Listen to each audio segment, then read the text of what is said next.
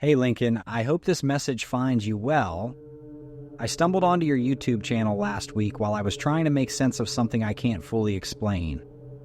Part of me wants to keep quiet about this, and part of me feels like I have a responsibility to share it, if only to see if anyone else has gone through something similar. Sorry if I jump around a bit. It's hard to put all these pieces together in a neat timeline because they didn't feel connected at first. Maybe they still aren't, but I can't shake the feeling that they are. I grew up in Alamogordo, New Mexico, and my dad worked civilian contracts at Holloman Air Force Base for years. He helped maintain some of the older radar installations and occasionally got called into White Sands Missile Range for specialized projects. I never knew much about it because he was on a need-to-know basis, and we didn't press him for details. Growing up near places like Roswell, I always heard alien stories. People in town still tell you which diner the Roswell crash survivors, or specimens as some folks say, supposedly visited. Or where the men in black, though no one uses that term in everyday conversation, poked around. For a while I brushed all that off. Even when I was little, I'd roll my eyes at all the touristy flying saucer murals. It felt like a gimmick to lure in travelers driving along US 70. But when I turned 19, right after finishing a semester at NMSU in Las Cruces, I had a summer job at a local trucking yard near Oro Grande. Mostly night shifts, which I initially liked because it was calm, just the hum of the desert wind and the occasional coyote yip. Then came the weird sightings. I'd see lights zigzagging over the Sacramento mountains, not exactly planes, not exactly helicopters. My coworkers joked that I was seeing ghost choppers the Army tested.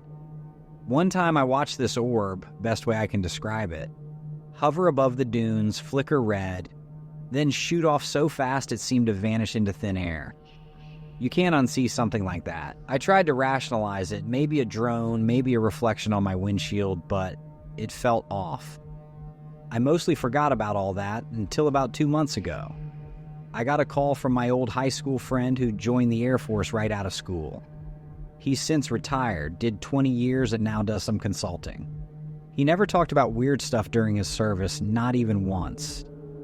So it threw me when he suddenly said, "I need to tell you something, but you have to promise to keep it under wraps."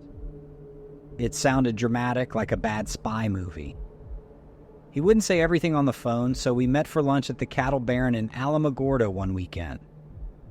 It was a casual lunch, talked about families, old friends, the usual, until the very end, when he started asking me if I remembered those nights at the trucking yard and the lights I used to complain about. He said, "Don't you find it weird that everyone kind of brushed that off?" I told him, "Well, yeah, but I assumed they knew something I didn't." He got this serious look.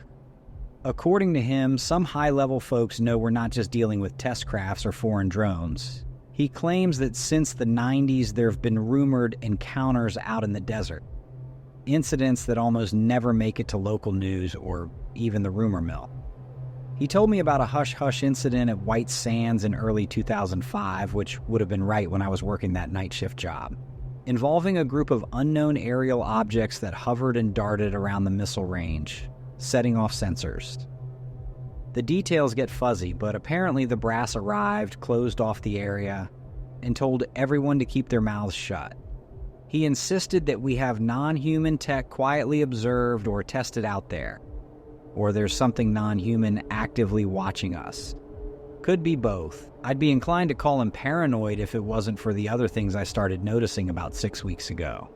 I was driving US 70 toward Las Cruces in the late afternoon just to visit my aunt and uncle that were in town, and I caught sight of a formation of lights over the desert. They were in a perfect equilateral triangle shape, 3 bright white lights. They drifted apart, then snapped back together, and the entire formation vanished. It almost looked like a single object was cloaking, if that makes any sense. I pulled over at a rest stop to see if anyone else was looking. A couple from Texas was outside their RV pointing at the sky. They said they saw it too. They joked about it, said it might be ET, then went back inside. But they definitely saw something unusual. I texted my Air Force friend about that triangle, and he responded with, "I'm not surprised and you shouldn't be either." He then warned me to keep an eye out for unmarked helicopters. I thought he was being dramatic again, but sure enough, a few days later I noticed 2 black helicopters flying low near my apartment in Alamogordo. No visible ID numbers, no obvious markings. Now, to be fair, they might have been standard military. It's not that crazy around here, but it got my nerves up. Why was I suddenly noticing all this? A few nights after that, I was at Oliver Lee Memorial State Park. I'd gone there for a quick stargazing session. Sometimes I just like to drive out and clear my head. Around 10 p.m., the campsite was mostly empty except for one family in an RV. I strolled down one of the short trails, turned off my flashlight, and tried to let my eyes adjust to the night sky. Then I heard this faint hum. It wasn't like the desert insects, it was more of an electric buzz. Almost like you're standing under a high-voltage power line. The strange part was, there aren't any big lines running overhead there. I looked up expecting to see a plane's flashing lights, but I caught only a faint outline of something blocking a small patch of stars. It was almost like a dark silhouette gliding silently. Then that hum intensified and the shape just zipped away. No sound, no gust of wind. A moment later, I heard the RV door slam. Maybe they saw it too? Anyway, about a week after that, my friend asked me to meet him again. This time he came to my house and he brought a binder of old, declassified documents. Nothing super top secret, but they had interesting references to sightings near the Trinity site going as far back as the late 1940s. He also showed me an article about Project Blue Book's lesser-known investigations in southern New Mexico. According to him, a lot of stuff didn't even make it into the final records. At one point I asked, "So, do you think it's aliens?" He responded that he wasn't sure, that for all we know, it could be interdimensional or something else entirely.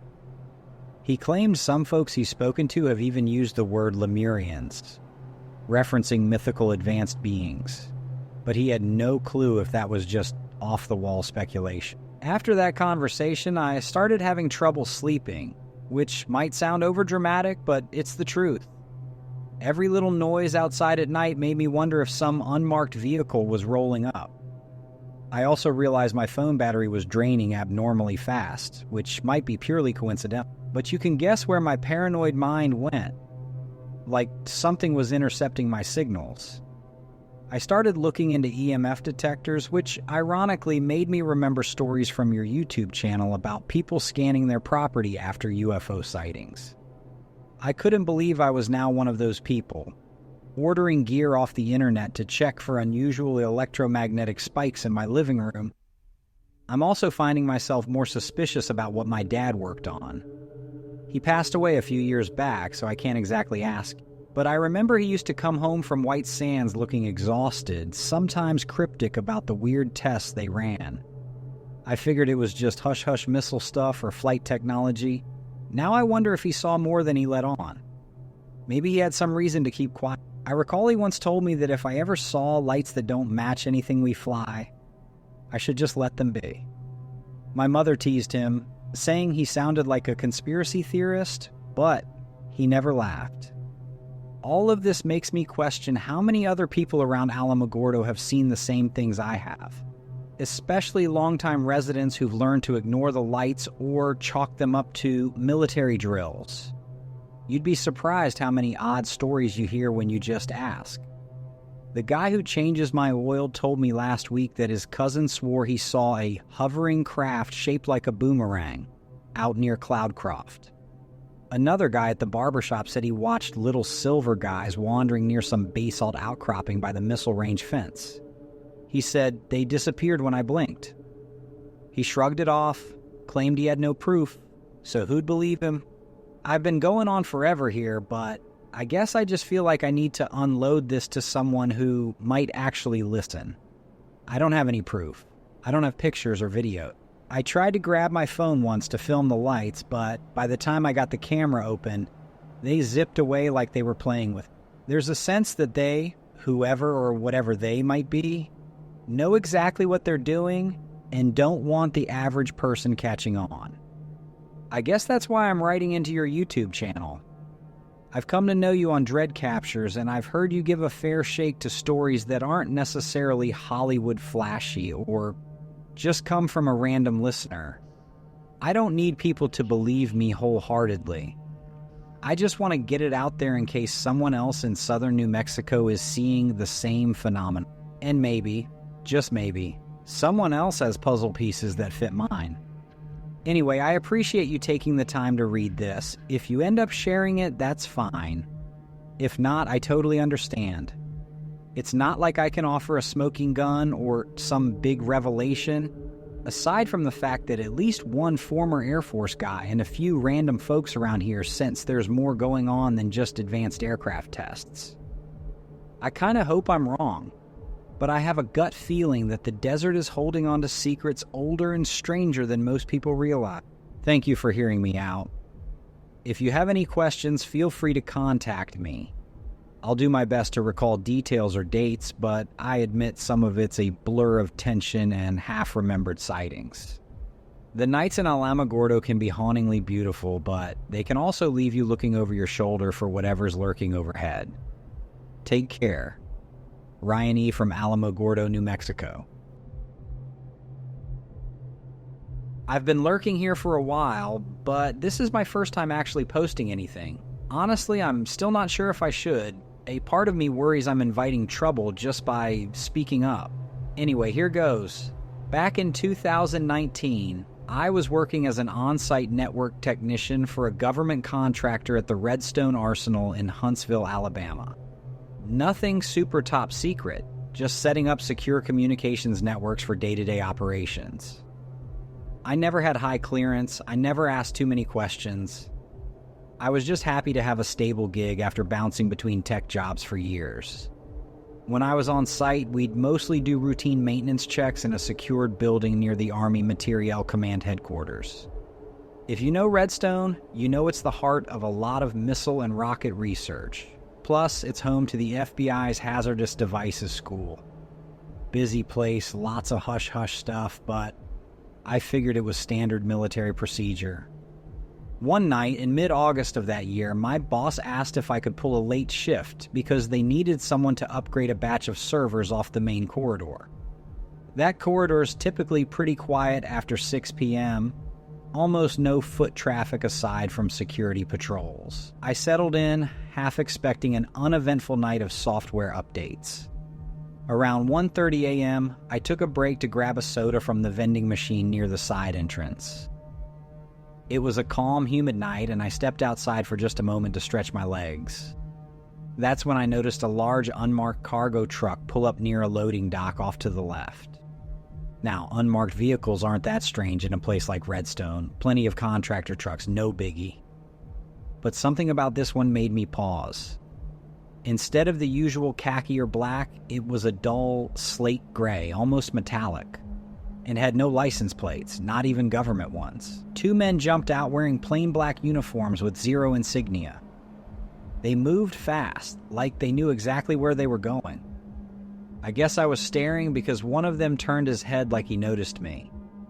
I quickly went back inside, telling myself, "Don't pry, it's none of your business." 5 minutes later, I heard what sounded like a mechanical hum from the hall leading toward that loading dock. It reminded me of the noise you get when some heavy industrial machine powers on. A low vibrating growl that you feel in your chest. Curious, I poked my head out to see if maybe they were running a generator, but the hallway was empty. The doors to that area were all sealed. A few days passed without incident, but I couldn't stop thinking about it. Then, about a week later, my coworker mentioned something odd. The building's security cameras in that same corridor had a glitch that exact night.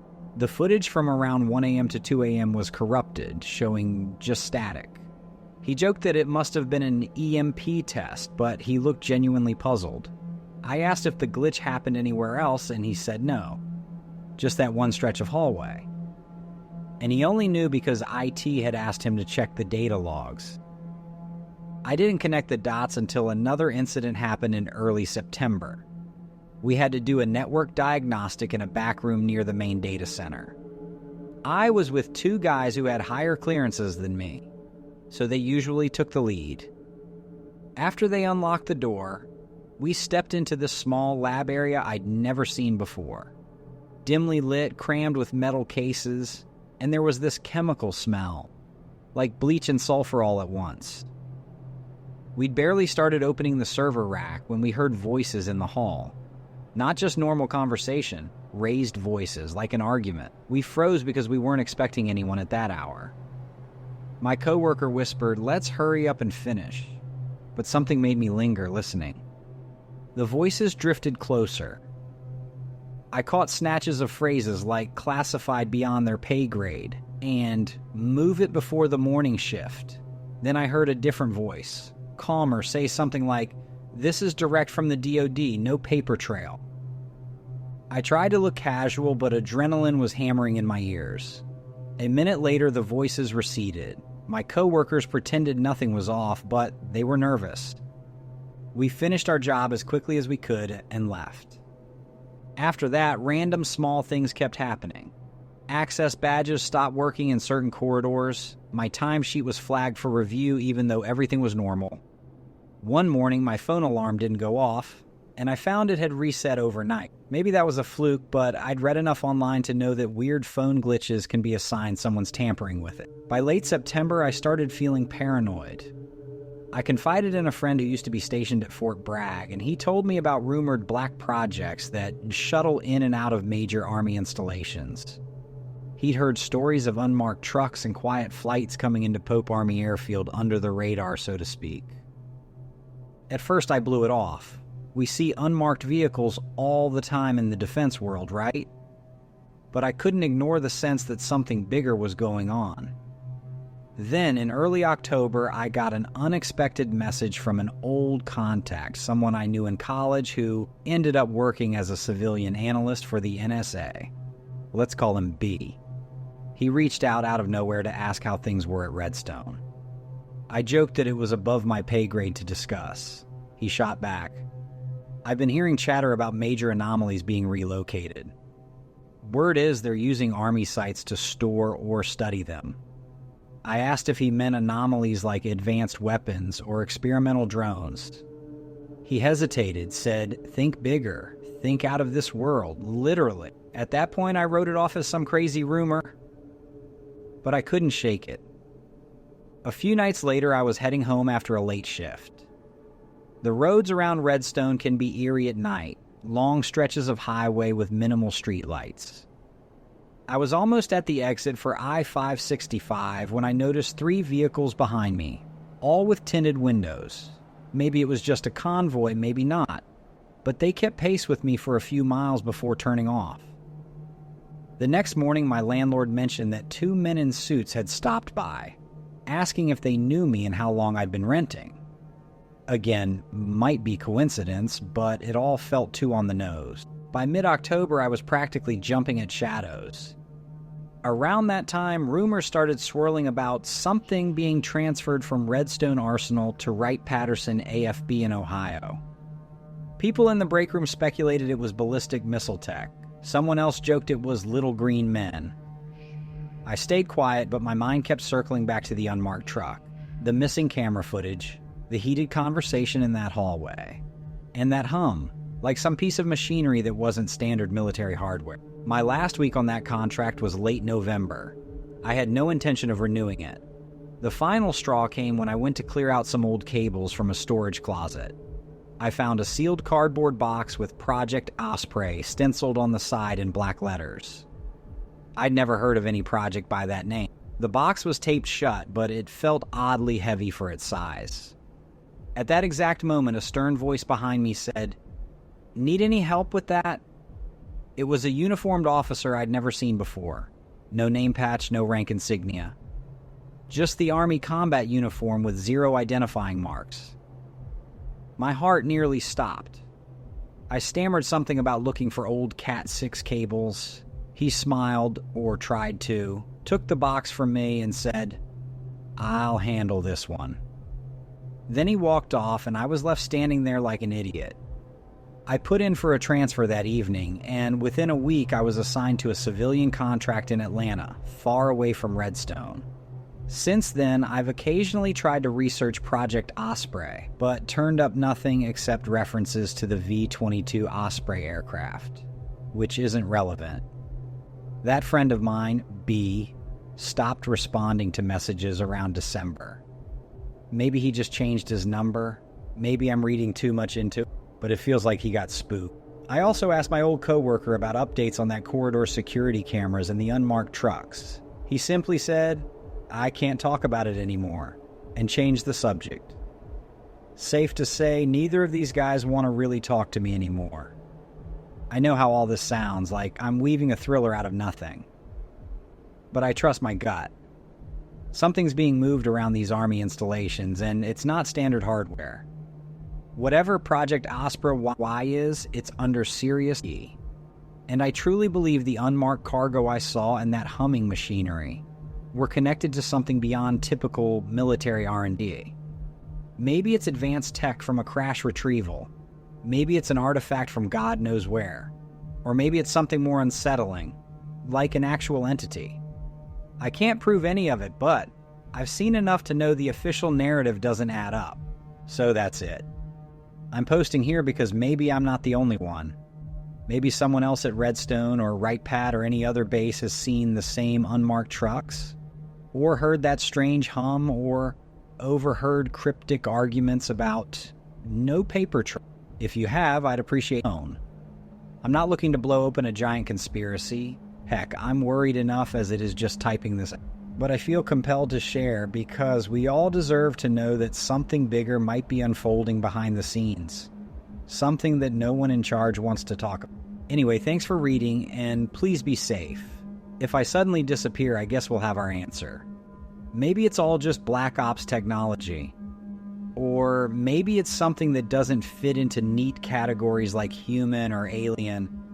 Whatever it is, I doubt it's leaving the shadows anytime soon.